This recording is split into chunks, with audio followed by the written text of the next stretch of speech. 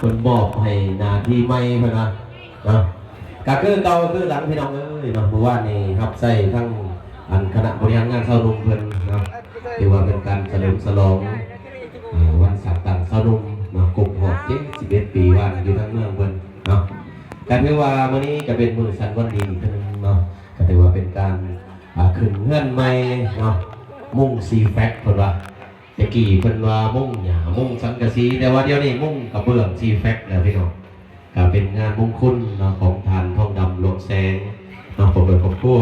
มื้อนี้ก็โอกาสเลิกงามยามดีเนาะแต่ว่าขอตอนรับประทานเนาะเข้าสู่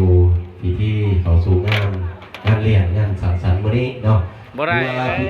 เบียกไปเบียกมันไปโอ้สีน้ำเนาะหลายคนก็สิรู้จักซื้อเสียงแย่งงามกันไปแล้วบางคนได้เคยเห็นหน้าเห็นตาบางคนมาใหม่ก็สิบ่ทันได้ฮู้โอ้ปกติก็ไปหาแต่ปูแต่ป่าพี่น้องเอ้ยดุดๆจะได้จับไม่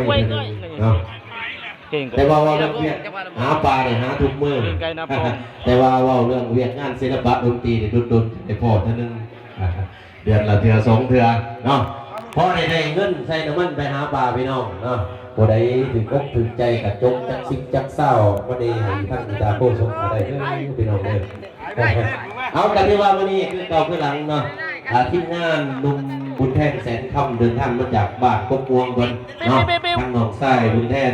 มาหับใส่ทีใส่นองอยู่ทางบ้านวัดโกยเด้อวันนี้เนาะกันที่ว่าอยากฟังเพลงใดเนาะอยากฟังลำก่อนใดก็ขอกันเข้ามาได้เนาะทางมือคีย์บอร์ดจนเกียมมาหับใส่ทีใส่นอกเต็มที่มานี่เนาะมีหยังกันอยู่หัวมอนซื้อน้ำกันเนาะเอากันที่ว่าสิบ่าวหลายใหญ่ห่างพี่น้องเนาะมาฟังเป็นเสียงเพลงย่อยอาหารจากทั้งวงดนตรีนมบุญแทนแสนค่ำทั้งหนองทรายมันมอบให้เนาะขอให้บรรทานหับประทานอาหารอย่างเสร็จซ้อยเนาะแต่ก็คอยแก้มกันไปนั่งเอามามอนกับทีมงานวงดนตรีนมบุญแทนแสนค่ำมอบ